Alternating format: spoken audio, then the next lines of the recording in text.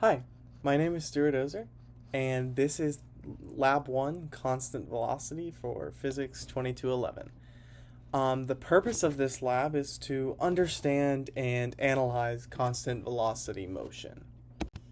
So, the fundamental principles involved with this lab would be inertia, where an object in motion will remain so as long as it has no other external forces or internal act upon it. One very useful kinematics equation here would be that the final position is equivalent to the initial position plus the average velocity times the change in time, and that's only true given a constant velocity, but that's what we're testing here, so it's great.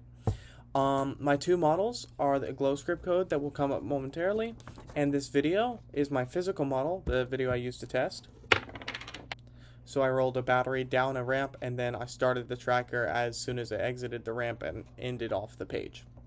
Okay? So, moving on.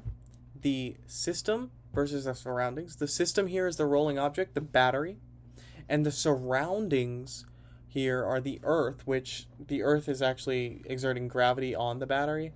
And then the table that it's rolling on, or the piece of paper, is actually it's allowing for friction. It induces friction into the system. And so then let's look really quickly at the code for the glow script.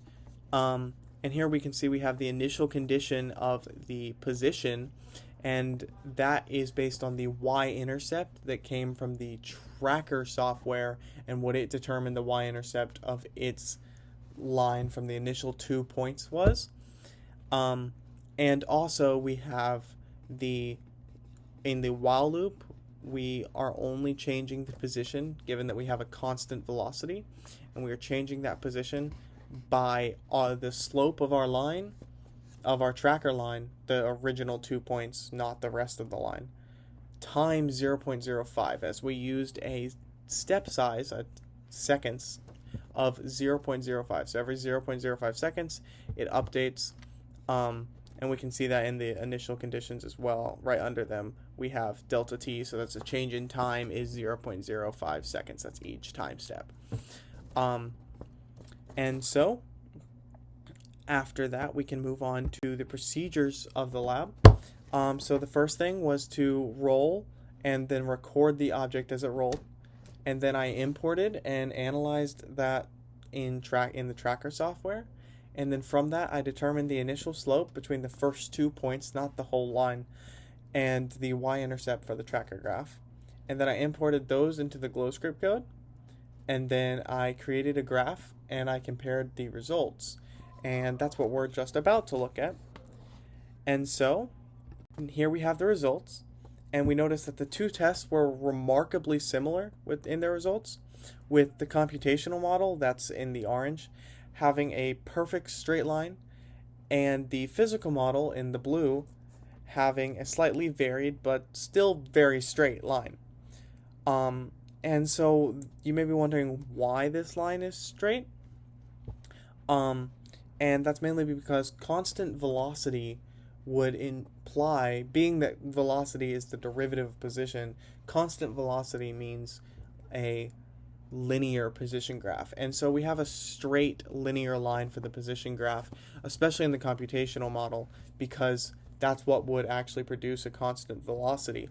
As for how straight the blue line is, well, the ramp added just enough speed to counteract most of the friction introduced into the system, and also it was rolling flat, so gravity was a constant downwards force, which may have slowed it down slightly, but normal force also pushed up against it, which should have canceled that out. Okay, so then we move on to the why did I use a ramp? And as I said, it's because that introduced enough speed for the battery to overcome most friction. We made two assumptions in the code, that there were no net force and that velocity was constant, and that was because if there's no net force, there's no acceleration, and thus velocity would be constant. Moving on to the questions, if the coordinates were flipped, the battery would appear to move towards the origin and would thus have a negative slope. Otherwise, the same graph would appear. And then net force would be friction plus air resistance plus gravity plus normal force. Friction and air resistance are somewhat negligible, and gravity and normal force cancel each other out. So overall, there should be about zero net force, but in the real model, it slightly slowed the object down, and that is that. Thank you very much.